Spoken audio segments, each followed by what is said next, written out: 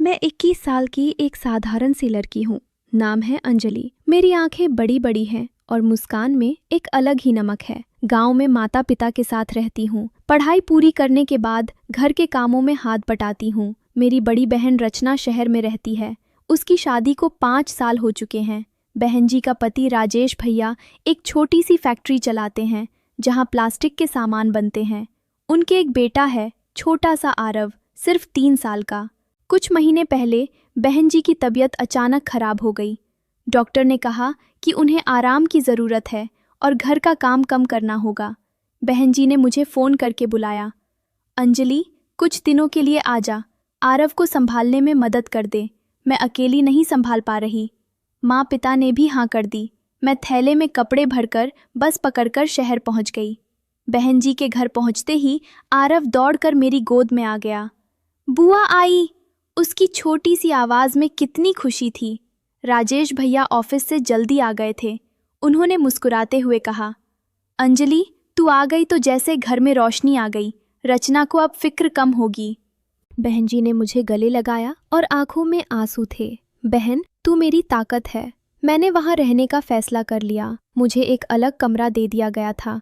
घर काफ़ी बड़ा था, 2 मंजिला, नीचे हॉल, किचन और ऊपर 3 बेडरूम। राजेश भैया की फैक्ट्री घर से बस 10 मिनट की दूरी पर थी। उनके छोटे भाई विकास भी वहीं रहता था। विकास भैया थोड़े शांत स्वभाव के थे, लेकिन काम में ज़्यादा दिलचस्पी नहीं लेते थे। वे अक्सर बाहर घूमते रहते थे। पहले कुछ दिन तो सब ठीक चला। मैं सुबह उठकर चाय बनाती, आरव को नहलाती, बहन जी को दवा देती।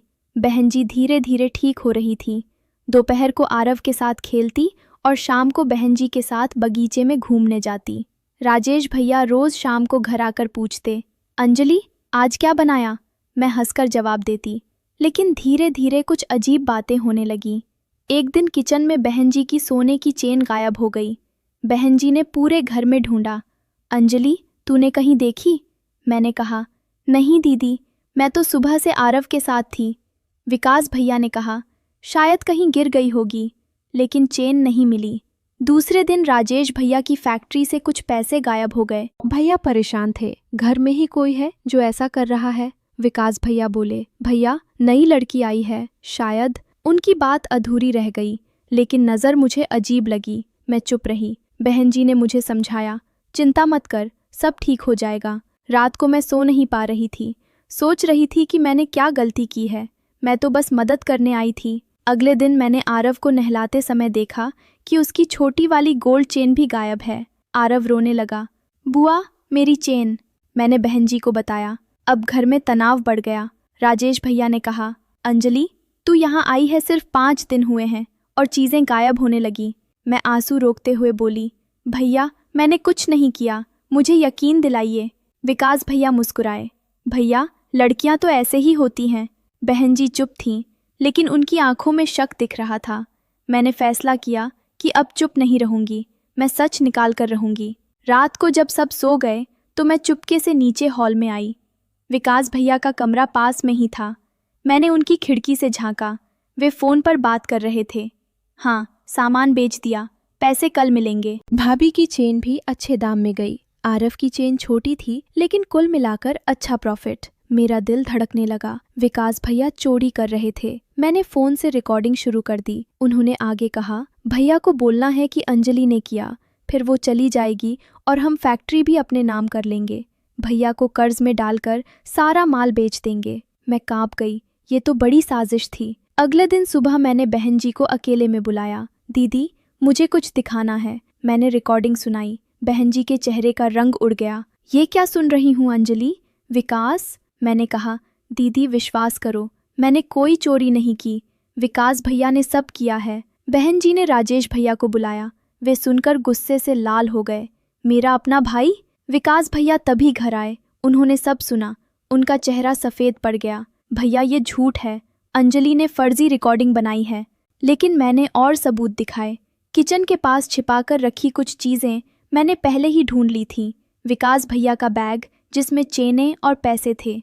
राजेश भैया ने विकास को घर से निकाल दिया। तुमने मेरे परिवार को तोड़ने की कोशिश की, अब जाओ। विकास भैया चले गए, लेकिन पहले धमकी दी, देख लेंगे, बहन जी ने मुझे गले लगाया। अंजलि, तूने हमारी जान बचाई। अगर तू ना होती तो हम सब बर्बाद हो जाते। राजेश भैया ने कहा, बहन तू अब यहाँ हमेशा रह, हमारी फैक्ट्री में भी मदद कर। मैंने हाँ कर दी। धीरे धीरे सब ठीक होने लगा। बहन जी पूरी तरह स्वस्थ हो गईं। आरव मेरे साथ खेलता और मुझे अपनी माँ जैसा मानने लगा। राजेश भैया ने फैक्ट्री का काम बढ़ाया। उन्होंने मुझे भी हिस्सा दिया। तूने जो किया वो बहादुरी है। लेकिन कहानी यहाँ खत्म नहीं होती। कुछ दिन बाद विकास भैया वापस आए। उनके साथ कुछ लोग थे। उन्होंने कहा, भैया मुझे माफ़ कर दो, मैं गलत रास्ते पर था, अब मैं बदल गया हूँ। लेकिन उनकी आंखों में झूठ था। मैंने चुपके से पुलिस को सूचना दी। विकास भैया को पुरानी चोरी के केस में पकड़ा गया। पता चला कि उन्होंने पहले भी कई जगहों पर धोखा किया था। राजेश भैया ने कहा, अंजलि तूने हमें अंधेरे से निकाला, अब घर में खुशियाँ लौट आईं। बहन जी ने अपना एक छोटा सा बिजनेस शुरू किया, घर पर टिफ़िन सर्विस। मैं उनकी मदद करती। आरव स्कूल जाने लगा। राजेश भैया ने फैक्ट्री को नई ऊंचाइयों पर पहुंचाया। एक शाम हम सब छत पर बैठे थे। बहन जी ने कहा, अंजलि तूने सिखाया कि सच की लड़ाई लड़नी चाहिए, परिवार में विश्वास सबसे ज़रूरी है। मैंने मुस्कुराते हुए कहा, दीदी हम सब एक हैं, कोई हमें तोड़ नहीं सकता। आरव दौड़कर आया, बुआ कहानी सुनाओ। मैंने उसे गोद में लिया और कहा, सुन, एक बार एक बहादुर लड़की थी जो अपने परिवार के लिए लड़ी। कुछ महीने बाद मेरे माता पिता भी शहर आ गए। हम सब साथ रहने लगे।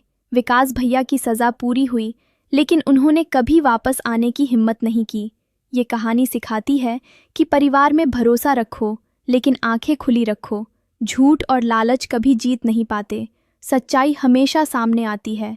अगर तुम भी किसी मुश्किल में हो तो हिम्मत मत हारो, सच बोलो, लड़ो और जीतो। मेरी ज़िंदगी अब खुशहाल है। मैंने सीखा कि रिश्ते खून के होते हैं, लेकिन विश्वास से मजबूत होते हैं। बहन जी रोज़ कहती हैं, अंजलि तू मेरी रक्षक है, और मैं हंसकर कहती, हम सब एक दूसरे के रक्षक हैं दीदी।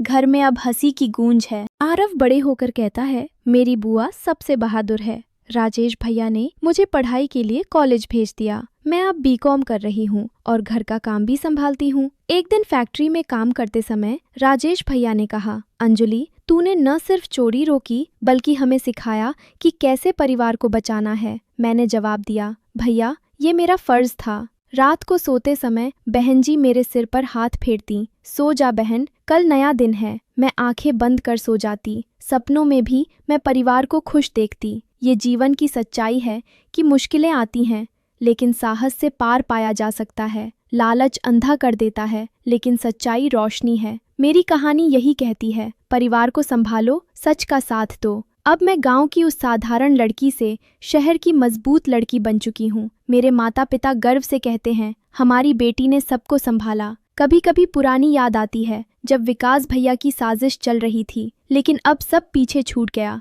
आगे सिर्फ खुशियाँ हैं। आरव अब 5 साल का हो गया। वो स्कूल से आकर कहता, बुआ आज क्या बनाया? मैं हंसकर उसके गालों पर चुटकी लेती। बहन जी की टिफ़िन सर्विस अच्छा चल रही है। वे कहती हैं, अंजलि की वजह से सब संभव हुआ। राजेश भैया फैक्ट्री का नया प्लांट लगा रहे हैं। हम सब मिलकर काम करते हैं। ये कहानी आपको सिखाए कि जीवन में चुनौतियाँ आएंगी, लेकिन डटकर मुकाबला करो। रिश्तों में विश्वास रखो, लेकिन अंधे ना बनो।